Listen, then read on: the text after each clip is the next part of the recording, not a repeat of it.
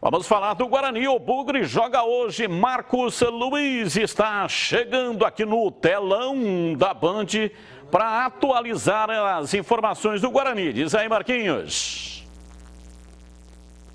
Legal, Batista. Mais uma vez, boa tarde, né? Para mim que acompanha aqui a tela da Band. Guarani está na Ilha da Magia. Está em Santa Catarina. Chegou ontem, depois do treinamento que foi realizado em Campinas, o trabalho apronto do técnico Daniel Paulista para a partida de logo mais à noite, que terá a transmissão da Rádio Bandeirantes na Ressacada.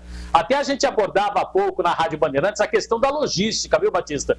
Porque para chegar na Ressacada, você conhece bem, se o ônibus do Guarani não sair cedo da concentração, vai se complicar, porque ali é o caminho que vai para o aeroporto, tem, é claro, a vizinhança, então o fluxo é muito grande. Então tem que sair cedo. O Guarani, que está ali próximo ao centro da cidade de Florianópolis, ali naquela feirinha perto da rodoviária, é a concentração do Guarani para a partida de hoje. Daniel Paulista acabou realizando o último trabalho antes do embarque, teoricamente o mesmo time que venceu a equipe do Brasil. Ainda sem poder contar com o Regis, machucado, né, uma contusão muscular. Andrigo também da mesma forma. Júlio César está em transição e acabou ganhando um desfalque de última hora. Isto porque o Eduardo Persson, que entrou na última partida em lugar do Andrigo e entrou bem, acabou sentindo um desgaste muscular, não viajou com a delegação. Era uma opção interessante para o banco de reservas. Guarani que vem de vitória, mas ainda não está no G4, dependendo de algumas combinações. E a vitória de hoje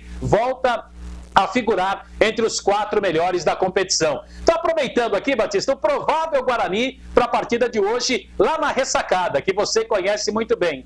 Gabriel Mesquita no gol, Diogo Matheus na lateral direita, a zaga, embora o Carlão esteja com o grupo, mas acho que ele vai com o Ronaldo Alves, então a zaga com o Thales e o Ronaldo Alves, o Bidu na lateral esquerda. Meio campo com o capitão Bruno Silva, Índio mantido na equipe mais o Andrigo, o Tony é a opção no banco de reservas, na frente Bruno Sábio, Lucão do Break e Alan Victor. Deve ser este o Guarani. Partida de hoje, 7 da noite, na Ressacada, a Ilha da Magia, hein, Batista? É, isso aí, a Ilha da Magia. Fiquei chateado aí, né, com essa história do Persson. Gostei demais do reaparecimento dele, entrou muito bem. É difícil, é duro, né, quando o atleta não pode praticar aquilo que ele mais gosta, aquilo que ele lutou a vida inteira por causa de uma contusão, né? Estava comemorando, né, Gleger, ontem. Poxa, o Guarani perde 2 jogadores importantes, mas está recebendo o Persson, né? Perdeu o Andrade, perdeu o Regis, mas o menino Persson está de volta e jogou muito bem na última partida.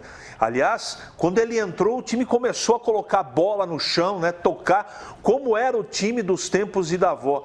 Mas aí ele está com um probleminha de dores musculares, não é nada mais sério, mas vai fazer falta no jogo de hoje. E faz sentido, né, Batista? Faz sentido ele sentir essas dores, até porque ficou muito tempo parado, isso é absolutamente normal. Pode ser até que seja uma precaução também do pessoal da fisiologia para prevenir o jogador, pô. Ficou 8 meses parado, voltou, intensidade alta, tem o aspecto emocional também, né? Você imagina para o cara, não é não, CH? Verdade. Machucou 8 meses, volta, tem aquele aspecto emocional. Então, uma precaução que eu acho que acerta a fisiologia do Guarani.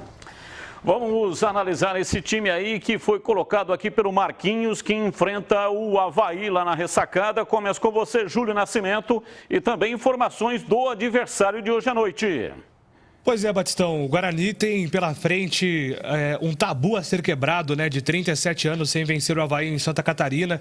O tabu serve para isso, né, para ser quebrado, mas mostra também que dentro de casa o Avaí sempre foi, historicamente, um time muito difícil, e a forma de jogar desse time do Avaí é uma forma muito consistente, né? Um time que aposta muito na versatilidade dos seus 3 jogadores de meio campo. São 3 volantes com características próximas. Hoje não tem o Bruno Silva, né, que é o principal desfalque. O Bruno Silva passou recentemente pela Ponte, jogador de Vasco, Botafogo, Internacional, Grêmio.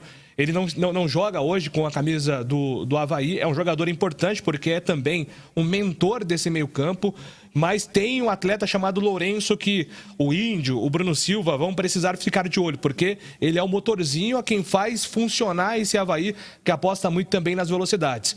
É um jogo que o Guarani vai precisar de uma dinâmica agressiva para para conseguir enfrentar esse Avaí, que é um time muito agressivo também. Então, os times que conseguiram pontuar contra o Avaí foram os times que, de certa forma, igualaram essa forma agressiva de jogo. Então, esse é o caminho do Guarani, Batistão.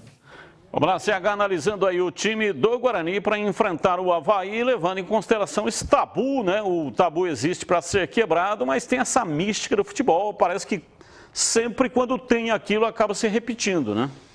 O Claudinei Oliveira é uma espécie de Gilson Kleina deles lá, né? Que ele foi e voltou umas 300 vezes, mas é competente, viu? E o time está num momento muito interessante, vem numa sequência de bons resultados. Não vai ter o Bruno Silva, como o Júlio Nascimento destacou. Esse é um desfalque importante, mas tem Betão. Lembra de Betão, ex-Corinthians? Está lá há 5 anos no Avaí e comanda o sistema defensivo.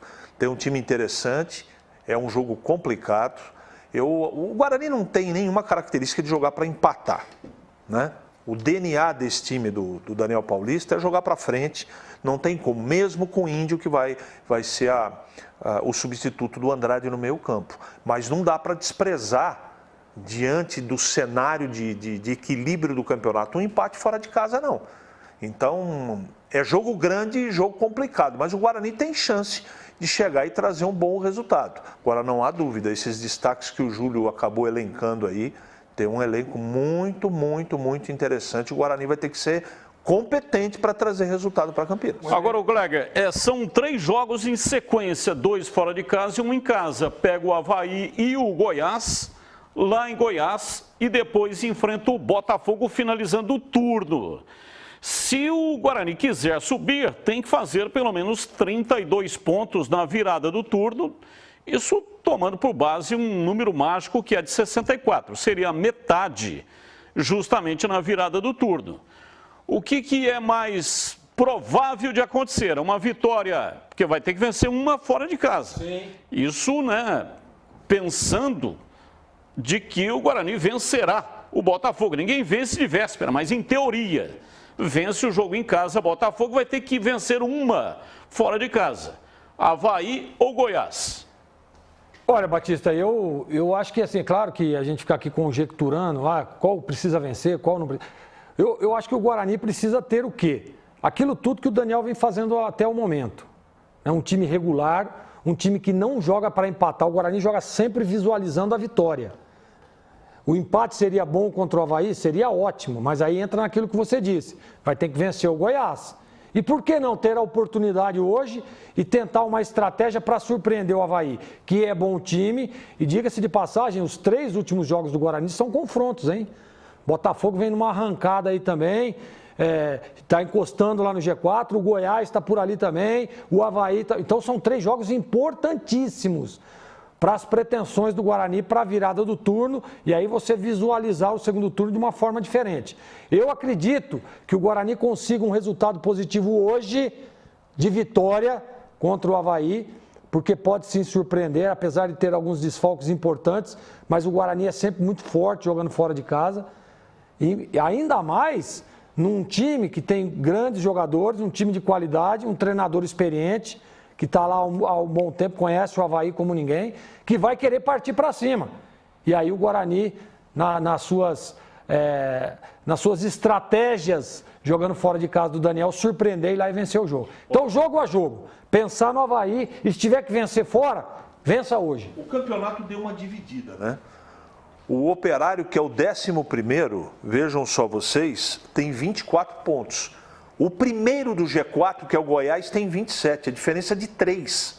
Olha o tamanho da encrenca que está para entrar nesse G4. Por que eu estou citando isso? Porque o campeonato chegou exatamente a 1/3 dele, né? São 38 rodadas, essa é a 16ª, e não dá mais para ficar oscilando, viu, Batista? Se quiser participar do baile final, vai ter que ter regularidade. E o que significa isso? Para chegar nessa pontuação do Batistão aí, ele está certo, tem que fazer 32. Dos 3 jogos tem que ganhar 2.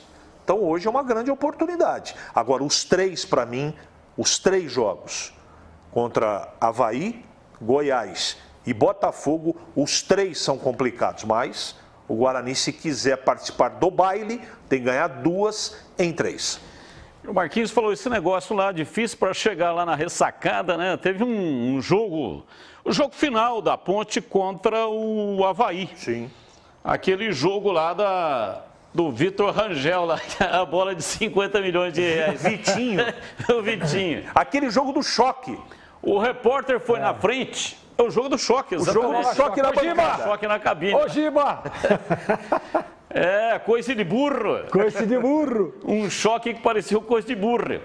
O repórter foi na frente porque ele tem que chegar mais cedo lá e tal, né, para participar do programa. E eu, como narrador, fui mais tarde.